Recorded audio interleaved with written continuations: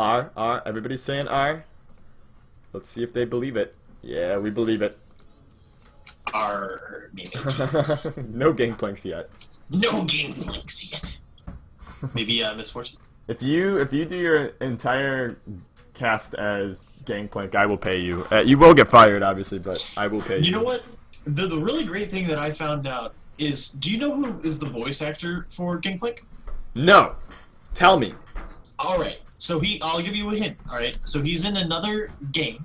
This one is produced by a very much more well-known company that has to deal with storms and snowy effects. See if you're going with me so far.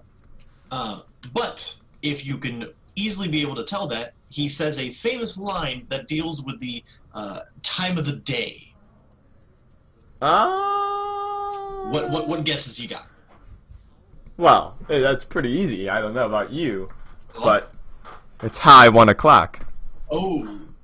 And so the voice actor Matthew Mercer.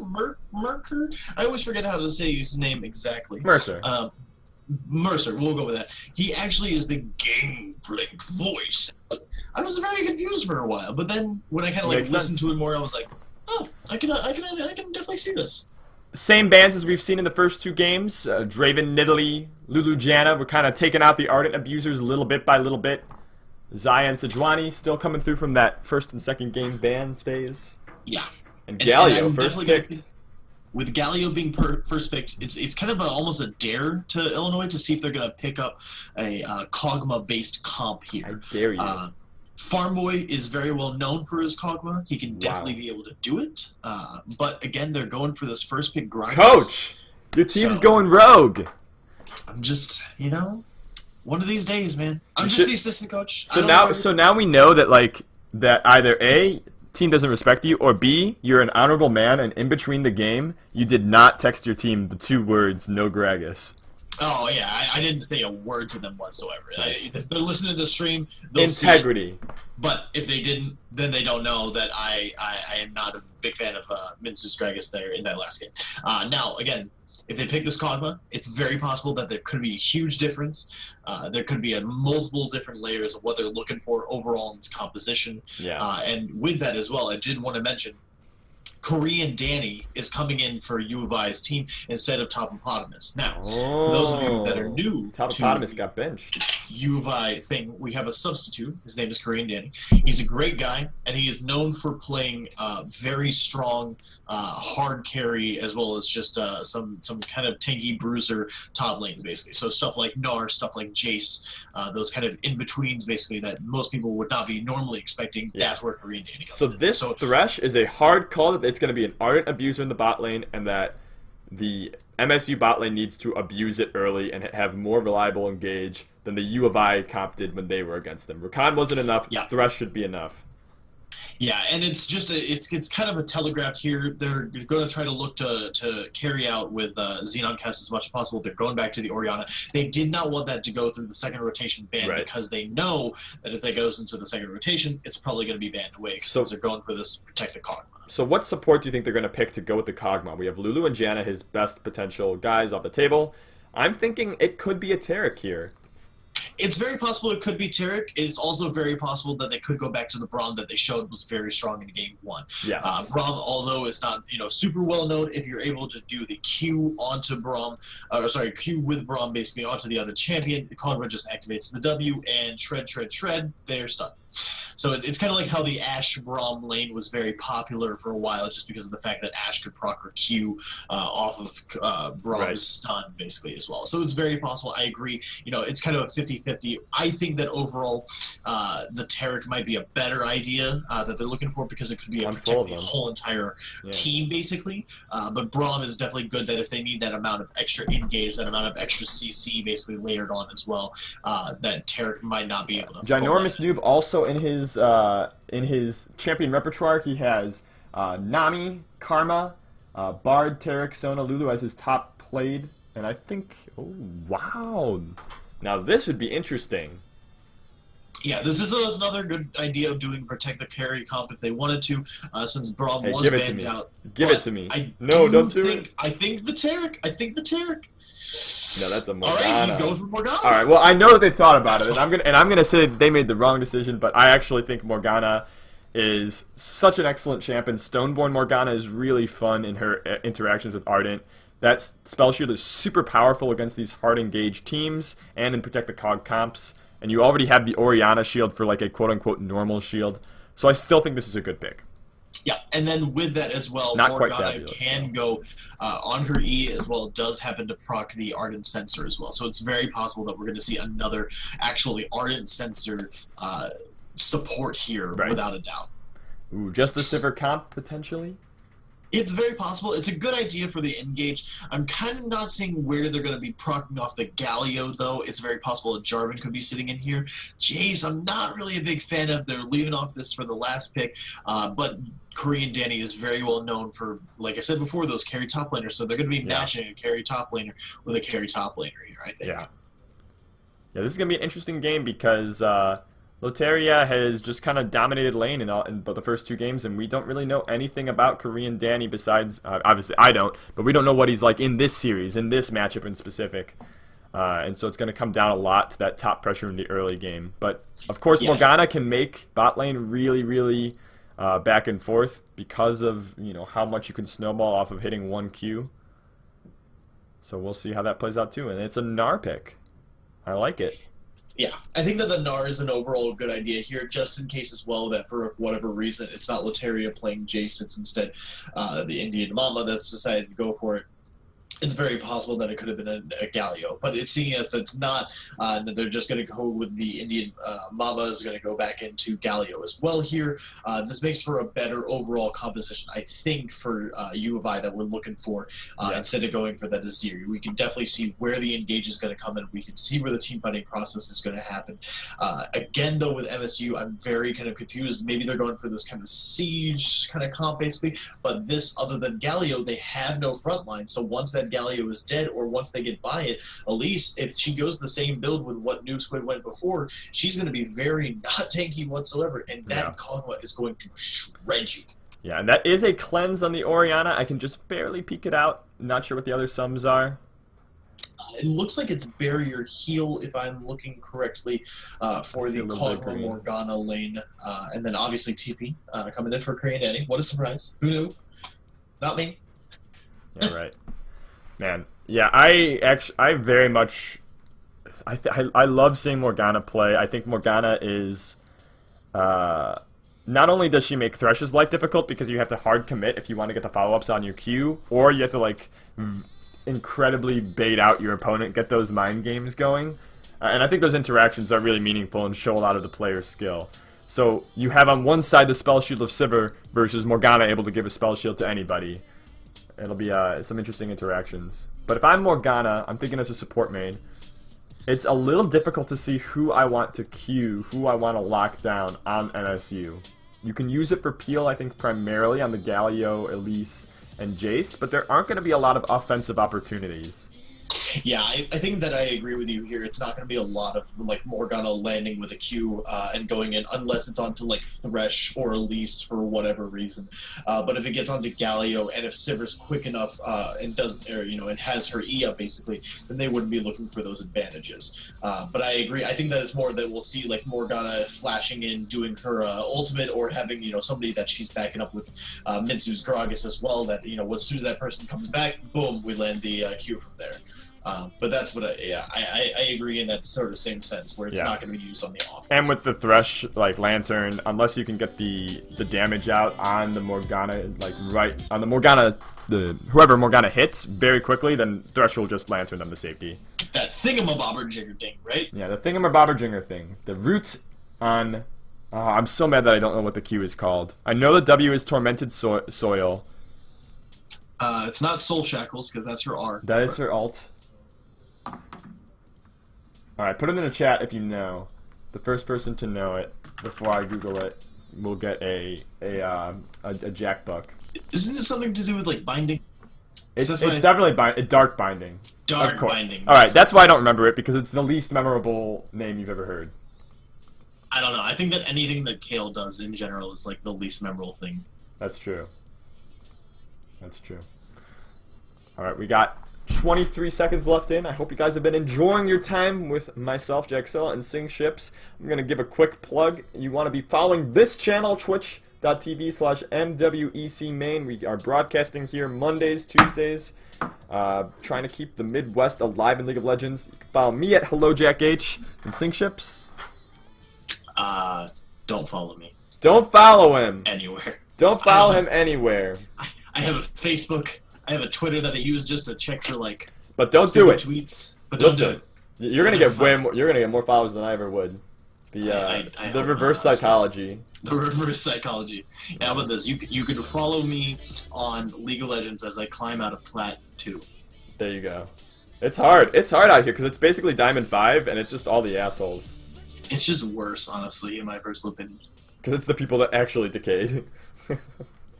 It's not just even the people that decayed, it's the people that are like, I'm going to play Olaf top with Ghost TP in this meta, because that's the best thing that we can do. Yo, that sounds amazing. Against Fiora, though. Oh, I wish. Have you been watching the Hashinshin videos? Okay, let's talk about another person I hate with all my heart, and that would be Hashinshin. Man. It's like, I don't know why these people get the attention that they do. One day you'll embrace them, and we'll tell your story. It'll be Dr. Sing Ships, or how I stopped worrying, or how I learned to stop worrying and love the flame. Love the flame. Embrace the flame. Love the tilt. Yeah. All right, we have now our full view of the summoners. TP on Gnar, as expected. Cleanse on Orianna for that Elise. Thresh. And hell, even for the Galio and the Gnar. Morgana running the heal. Pugma running the barrier. We're going to see just how broken Pugma is. If you take away his blessed Lulu, is he still broken as long as you just give him a spell shield. Let's bring the music down as we walk into Summoner's Rift for one last game. Oh, I love the dark. You don't get to see this. Yeah, this is just the waiting of just what's gonna happen. Who's it gonna be? 1 hour before the dawn of the first day. Dude, that's such a great game. I love that game.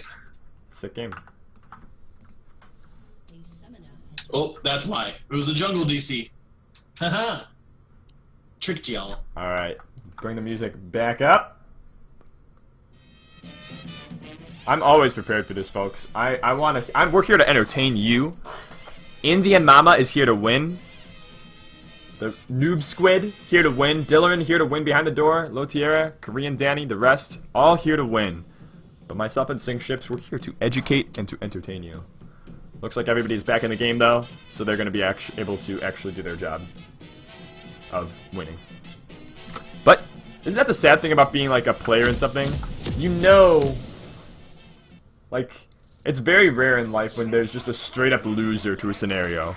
Usually there are pros and cons to everything, but in League and sports and in esports, you can just lose. You can just go home feeling like you failed your team, like you failed your friends, and you might be able to learn something from your failure, but ultimately it's going to fall on you. And with these teams, with these specific compositions where they've gone back and forth playing very similar comps, very similar champions, it's a pretty true expression of these teams' skill. Yeah, and I think that we have to also have to give it down to like the overall tenacity of the teams as well, just for the fact of like trying out these different things, not being afraid, not getting discouraged, especially for when it seems to be for MSU. You know, like a lot of teams, they get so discouraged once they lose one game, so they're like, oh, that's it, we're down and out, and you can see that inflected in their play. But now they're coming back for this game 3. They might be able to do. Would this be called the reverse sweep? I don't really know. You know. In Melee, a reverse, I think it's gotta be a best of 5 to be the real full reverse sweep, but you know what, this is a reverse sweep. They lost game 1. That's true. So they gotta win 2 in a row. The small reverse sweep. The small reverse sweep, yeah. Of the outcomes that are possible in a series, it's either 2-0, 2-0, 1-1-1, or 1-2. So only two of those outcomes are reverse sweeps out of like the 8 or whatever permutations. Somebody who is in a statistics class right now, get some good practice or finite math. Wow, that steal. That is again, they're super going for cheeky. this thing so that for whatever reason, she's just not going to be able to get level 3 if she goes off of that. So it's going to be very surprising when she comes back in the lane. I believe they had vision on it. Let me double check if that ward, or you should double check. But all right, yeah, that ward is a little late, but they definitely know that there is a minion missing, and she should be able to avoid going for that. Yeah, she'll have to clear it out at some point, but definitely not right now. They definitely pinged it out. They know that it's gonna, it's already happened. Basically, they're not too concerned. It looks like for MSU. Yeah, clever boy.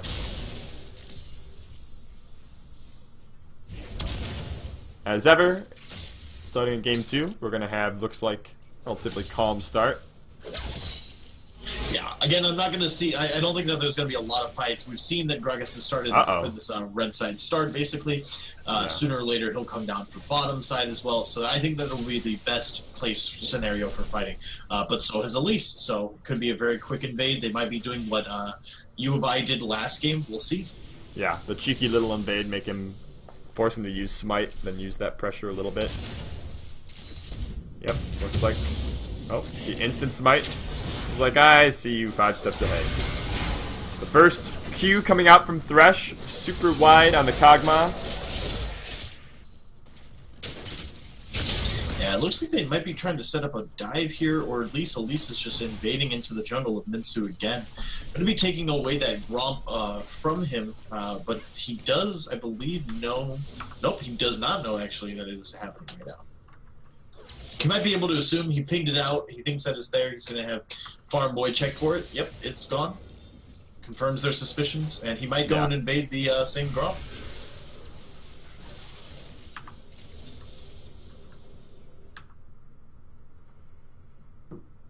Little bit of a clear going on top lane. Gragas going to be hoping to heal off of the Scuttle Crab and potentially go for Lotieria. Let's see. Lotieria has that wave pushing.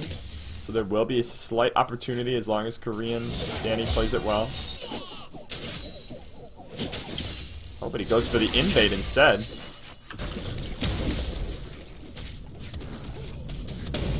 Yeah, I don't believe they have vision of him, no. They had no way to see him coming in. They'll have no way to see him coming out.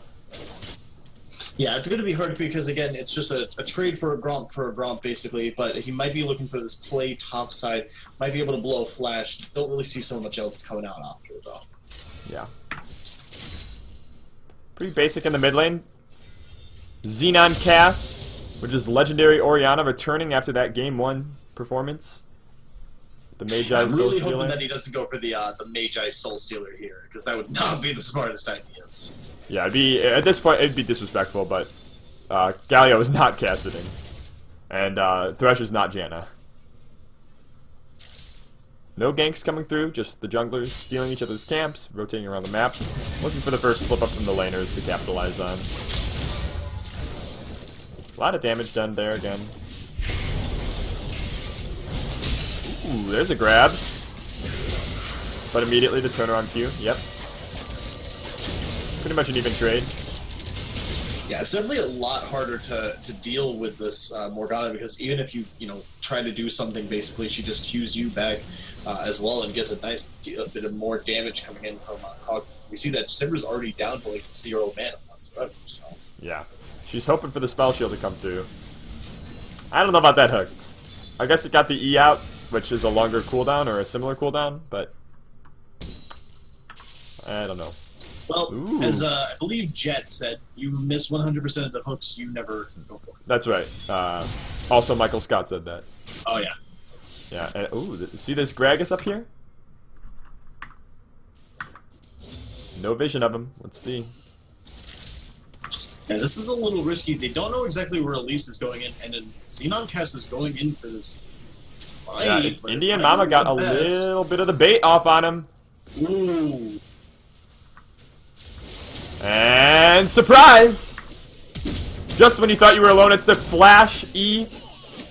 Yeah, there is a 6 coming in from Korean Danny as well. Yeah, and this is looking great for a first blood. Coming through with the ult. Korean Danny subs in and rewards his team for their choice. Yeah, it's definitely a smart idea to go for. That was a little bit of a long, prolonged gank, but Korean Danny baited that oh so well. There might be a dive coming in bot lane, though, or maybe just a trade for Gromp. Yeah, they've got the mana down pretty low on both sides. Oh, she was so close to being able to proc her spell shield there on the W. But instead, Thresh just takes a ton of poke. Every time he's gone for these Qs, he automatically roots himself in place, and then Morgana just dodges and Qs him right back.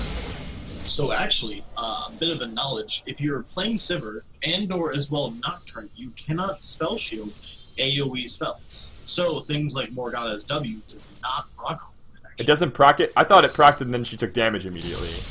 No, it's wow. I wish that it did, honestly. But it's the same thing actually for like a Soraka Q, which is a very weird interaction. So you will stop Soraka Q if you have a spell shield on, but Soraka will still heal off of the interaction. Makes no sense whatsoever, but you know, they say this game is balanced. Small indie developer. Small indie developer, right. Let's look at how this gold lead is playing out. It is just a 1k lead for Illinois here. Yeah, Most of that on the top laner. I definitely wouldn't be surprised, though, if Minsu comes up. He's got 6 now. We know that Jace has no flash, basically. Neither does Minsu, but the Rage Bar is building, and they're looking for, like, a 3-man rotation up top. Yeah. Of course, on the bot side, Noob Squid is anticipating this. Decides to go straight for that dragon with the bot lane. Might just leave Sivir in the bot lane so that they don't suspect anything's going on. They'll assume that the Thresh is coming up mid. Oh, 3 men going over a Galio. The flash out is really, really clean, but he's still got that ult coming in from the Gragas, and it's going to be tough for him to escape this much CC. Yeah, that was an overall good trade. They're going to be able to get some pressure here. Xenoncast set that up really well by getting into the Galio E, and they might be trading for another fight down here, but again, Orianna has no ultimate, while Morgana does. Ooh, good steal. Yeah, he's able to get it in. Or the anti-steal.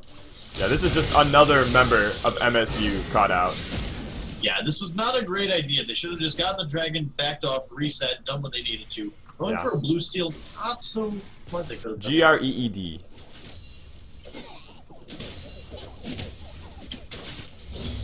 Yeah, you keep spelling on me over here.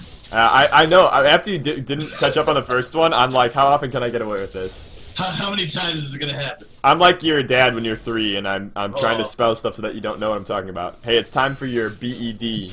It's time for you to go to the TOCTOR. Or it's like when the nervous dog is like, yeah, we gotta go take him to get his SHOTS.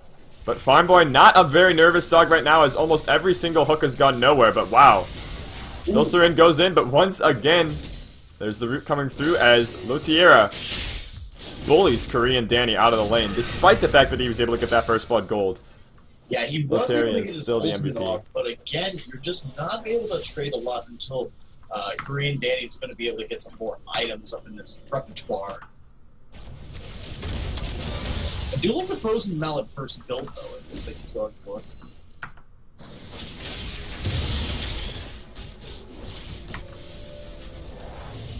Cool. Let's see what we got. Do both junglers share the same internet? True.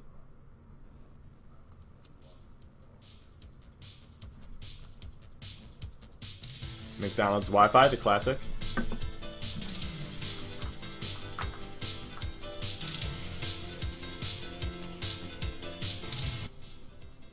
Yeah, I think this has been a relatively calm game despite being 3-0 in favor of U of I.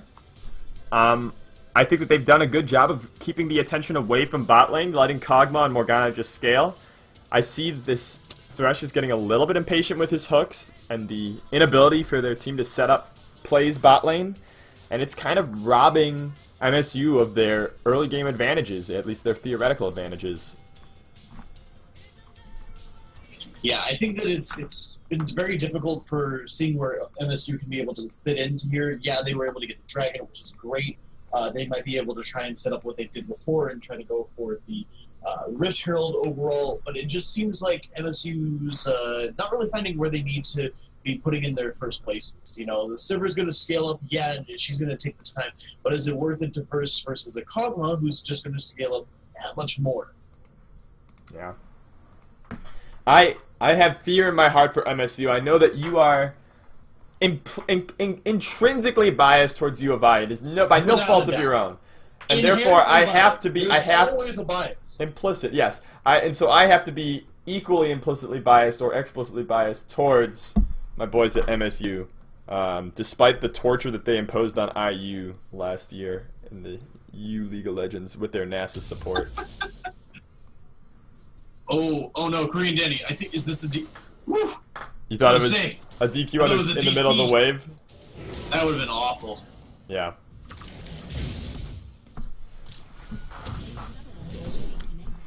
Oh, there it goes again. Ooh, are we gonna get a... I'm just letting you see all this. We're young, we're free. We get to see exactly what these guys are saying.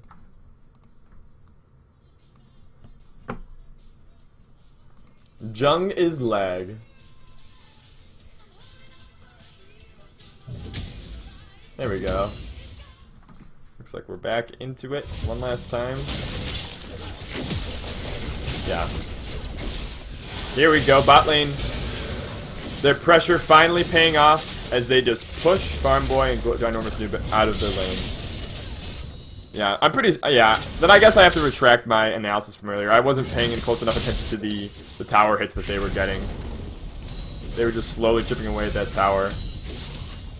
But I still think that Kog'Maw and Morgana scale so well that getting through the laning phase without just getting, you know, blasted open is relatively good for them.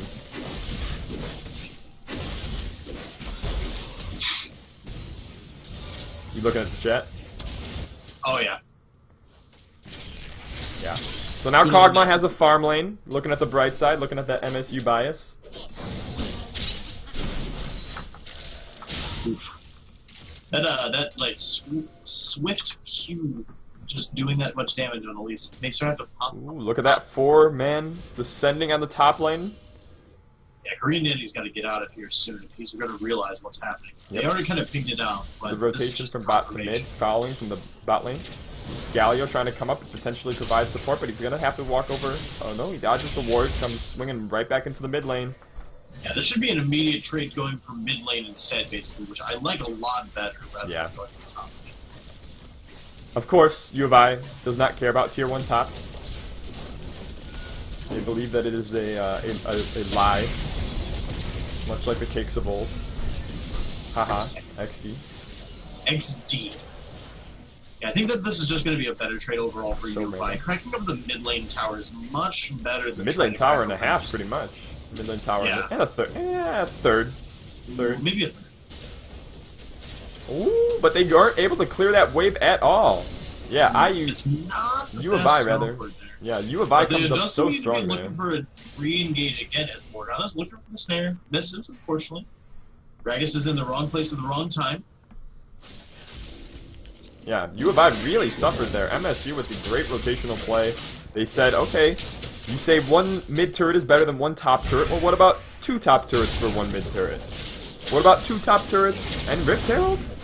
Yeah, but it looks like there is going to be a re-engage. Korean Daddy does Oh wow, Narc out of nowhere! It's Korean Daddy flashing right in on top of everybody! Jace explodes with Thresh right behind him. Looking at that, Sivir's health bar is completely full, but she's completely out of the fight, and now Galio stuck out of place himself. Indian Mama stuck, going down, but Sivir coming up clean with the Morgana, but it doesn't matter. That's the Rift Herald going over to sorry, not IU, U of I. IU, wait a second. Implicit biases.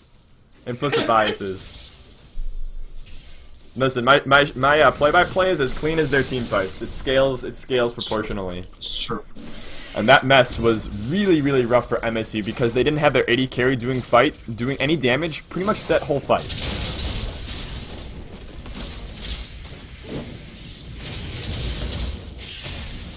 Yeah, and that was honestly a really great Nara ultimate overall to get 2 members locked up, pretty much CC to death because it goes straight from the ultimate into a straight W as well that they're just getting in. Once again, the top laner out of nowhere, but this time it's Loteria coming in on a no mana Xeno in the mid lane, and Minsu gonna follow close behind after that taunt. And Morgana tried to Q for a little bit of peel, but it is not enough versus this squad of CC killers.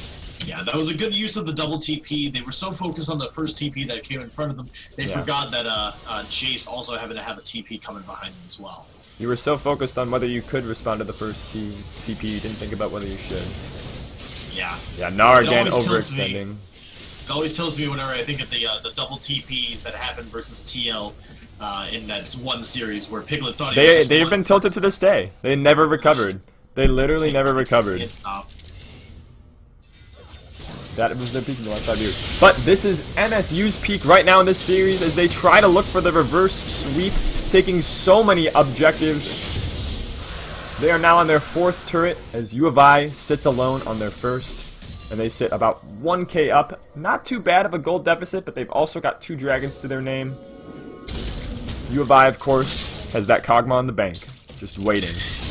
Yeah, it definitely has to rely a lot on this Kog'Maw. He has no items yet. Sivir just finished her Essence Reaver, basically. If they can start getting these towers, start getting some gold into the pockets of these players, I think that U of I could definitely be able to run away a little bit more with what they're going for. Every voice in my head is screaming, let's go MSU, run it down mid. Run it down mid, boys. Run it down mid, boys.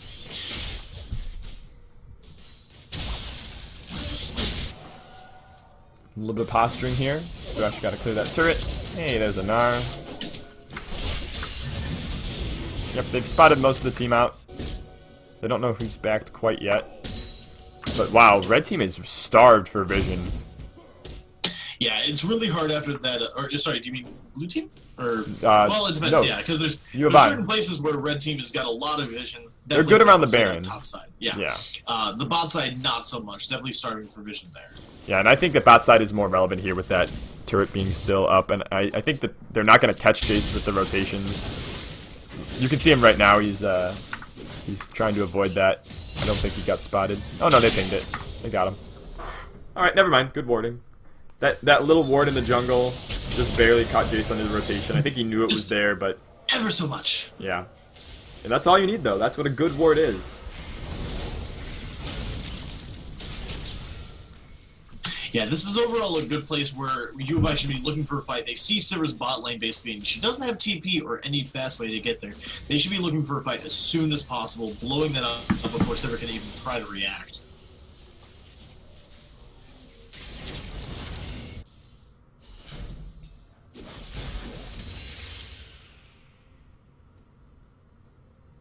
Okay, everybody rotating, trying to set up.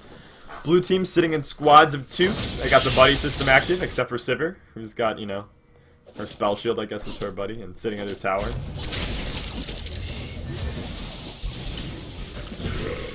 Yeah, it looks like this could be a good setup for a 4 or 5 man dive. They do have Kog'Maw mid for U of I. Sivir is going to back. They're probably going to look to try and give up this tower. But Gnar, I think, overall is just a better split pusher when it comes to Jace. And overall, it just gives more of a clear defensive fight, at least. Yeah. A little bit of a dive here from red team, and Xenon carried so well in the first game on that Orianna, trying to do it one more time, but they don't expend their ults.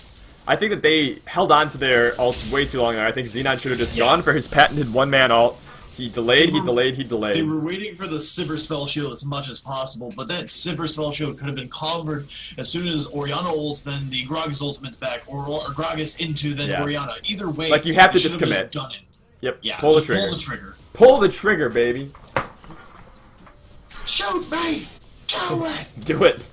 You won't.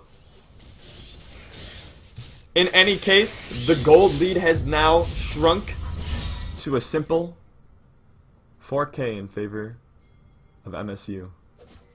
The tower is nearly even. MSU again still sitting on those dragons with their Sivir a full 1,300 gold up on the opposing AD carry. She's got about 10 minutes here, maybe even a little bit longer, where she is just going to be able to crush team fights in comparison to Kog'Maw. Yeah, I think that is going to be very dangerous because if Kog'Maw can start getting into something like either a Wit's End or the Bork, depending on which way that he's going to go for, he can start shredding some of these carries a lot more. Because we see Galio is just, he's got such a huge amount of presence to him that it's just, you know, you're not going to be able to do much else. I like Wit's End in this game a lot. There's a ton of MR in the team, but here's Gnar potentially caught out. Jace dodges the Morgana Q, the Dark Binding doesn't go through, and the slow from the Frozen Heart isn't quite enough to catch him as he accelerates his way out of there. Yeah, that frozen mallet is just doing a lot of work, especially as a first item. That he doesn't even have the black cleaver yet. That once he gets that, he's going to be doing even more damage, and then into full tank afterwards. Yeah, so I like this idea of like you use the Wit's End for yourself, for your Orianna, even for your Gragas and Morgana to some extent, and then you have a black cleaver that just rounds out your damage super well. If you have that many shredders on your team, that Kog'Maw is going to be so deadly. Yeah, I really do love U of I's comp. It's fun to play around in the team fights. It's really effective. They just had an unfortunate early to mid game, but I don't really see MSU pressuring as much as I'd like to see with their advantage. I have not seen a Sivir team fight. They have a siege sort of comp, basically, a siege poke sort of comp, basically, where they're trying to get out of that. And once they get engaged on, then they have the Galio ultimate follow up on that.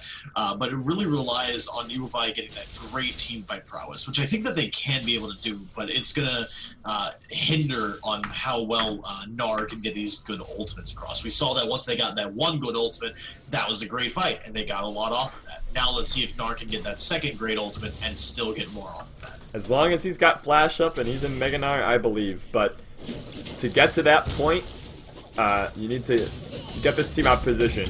And I think MSU is slowly bleeding out their lead. Yeah, they've now fallen behind 200 gold, 300 gold, 400 gold. It's just that same exact gold difference. And U of I scales higher. Damn. I'm going to keep messing that up this whole day. One of these days, we'll get it together. Well, yeah. It's that Freudian slip. I see UI, I think IU. It's a compliment.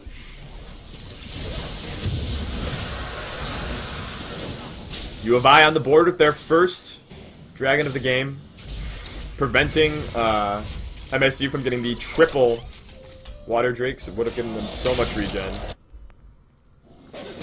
But right now, 2 is still pretty good.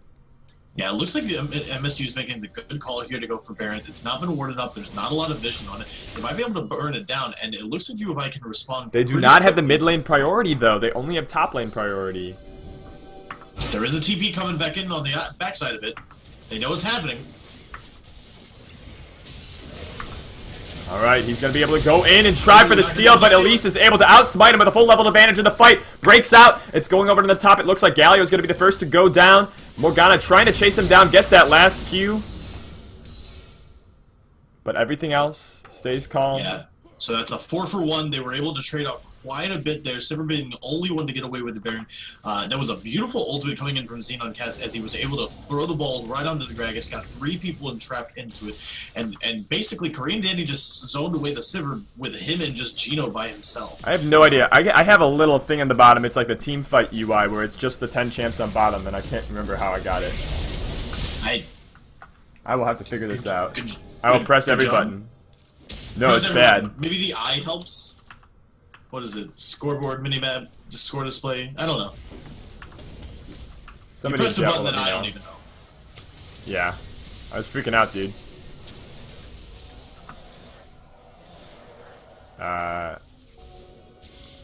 It's cool. But how do I fix it?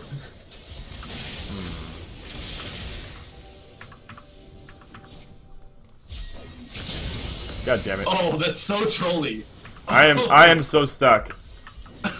I have messed everything up. Alright, team fight UI. It's A. But how do I get rid of this thing? 4. Press 4. 4. There we go. There we go. We're back in it. And a big fight breaks out. Orianna blowing up the whole team. Sivir goes down. Yeah, so they got 30 seconds left. They need to be able to make something, crack some sort of top lane, go for that. There's a huge wave there, or be able to just shove down mid lane. Either way, U of I needs to make something happen right now. Yeah.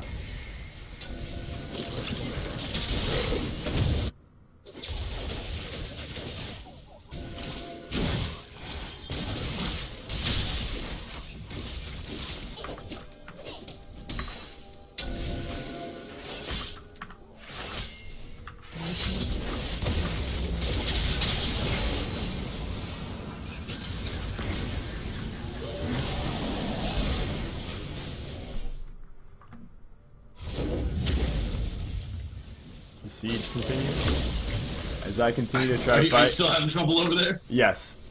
What are you trying to do? The stuff on the left and right, the character. Press I. And then you should be able to, like, pick and choose what you want. Hey, there we go. I've been trying to learn the hotkeys. Yeah, they always take a while, you know what I mean? Yeah.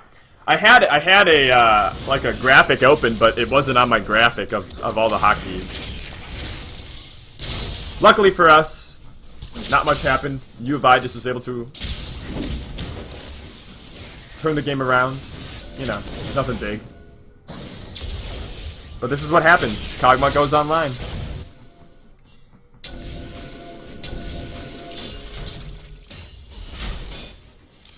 Yeah, I really think that one of the things that Riot perhaps should look at is maybe not having it so that the shield from Targon's Brace even happens in the first place on a non... I don't even know how to classify support type characters, basically. Like, there just should be no reason whatsoever that Kog'Maw Yeah, this might be a catch on this Gragas. MSU, once again, the Gragas, a little bit struggling here.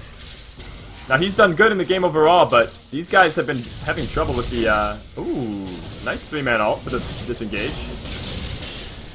Both teams have been struggling with late-game rush warding.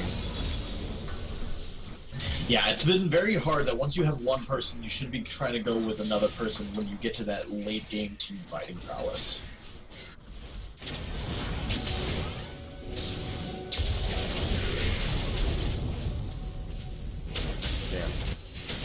I have learned so much about the spectator client this game. I'm gonna figure out how to master this. You guys, I'm gonna be the best. I'm gonna be the best damn cameraman you've ever seen. So right now, let's take a let's take a look at the. Oh, I'm gonna be better than that. I'm gonna take a look at these builds real quick. We have the Knight's Vow on Thresh. He's going into a Locket next, it looks like. Then we have Ardent Mikhails on Morgana. That Mikhails gives you a 20% shield boost, so her spell shield becomes enormous. Unfortunately, MSU doesn't really have that much magic damage in the burst capacity, so the spell shield will persist, but it will mostly be to prevent CC, which is still incredibly valuable against that team. With the Elise, with the Galio, with the Thresh, all those guys will be able to be blocked in succession with this strong of a shield. Yeah, and with another knight, with a Knight's Vow now coming in on Gragas, basically, it looks like the U of I is really putting their chickens into the basket of saying, okay, we're going to put everything onto Farm Boy as much as we possibly can. We're going to try to protect him as soon as possible. Josh, Xenon Cast is just going to do what he can in order to trade this. But this could be a really risky trade. They have to back off as soon as possible to rotate for that mid lane. Yeah, they've got the inside track here. They're running it down. Oh, look, they're trying to stop the backs a little bit from that Galio. And it's Jace, Sivir, and Elise destroying this tower. They're looking for the inhib next. Are they going to go for it?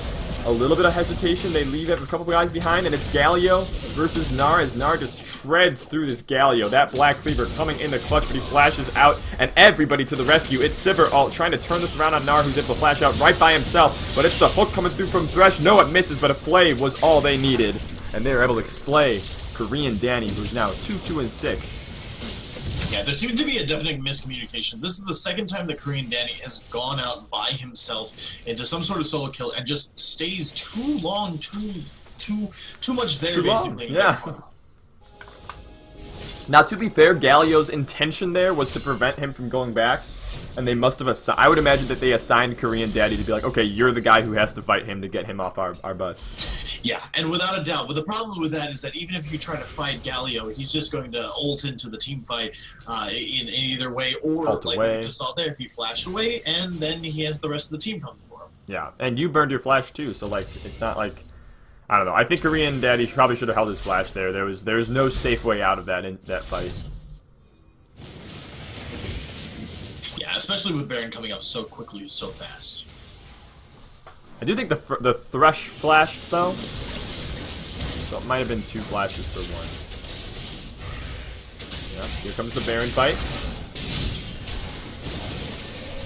Coming through. Great cleanse overall, but Gnar does not happen to have his mana up, or is it bar? Oh wow! That holy moly! That Orianna ultimate, and then right in following it up, it's Galio trying to protect his team. There's Only the Morgana went down, and this Galio, holy moly! That is a triple kill for Kog'Maw. Oh, sorry, double kill with Xenon Kess supporting him. Yeah, the Galio went in so hard that the team just kites him back. He almost killed Orianna there. Revenge for the ult. Wow, the complete turnaround on this at least. They're trying to steal our Baron? Yeah, love that When you commitment. get to that point, you're just as desperate as possible that you're just doing whatever you possibly can. Yeah, Kog'Maw is online. Also, hello and goodbye to whoever just came in.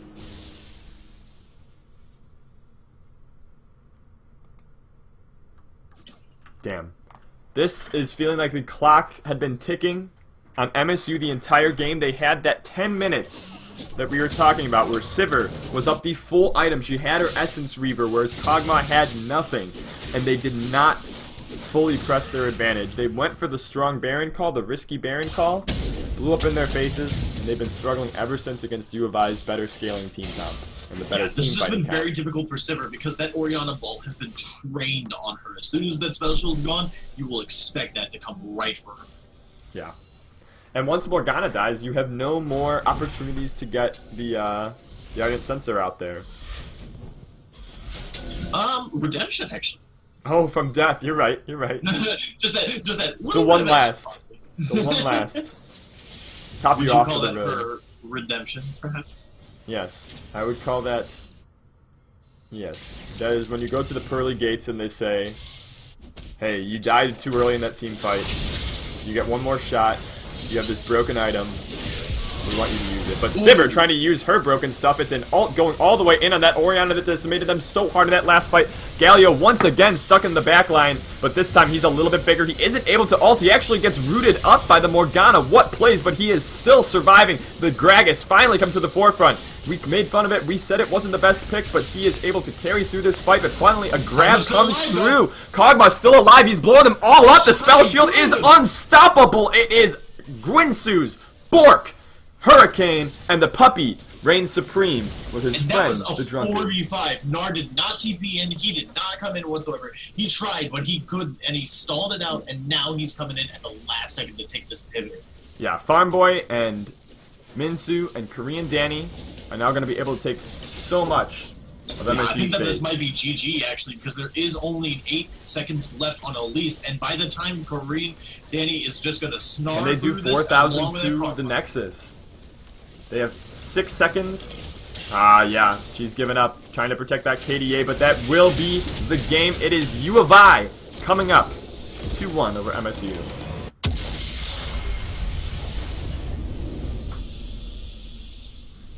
What a game.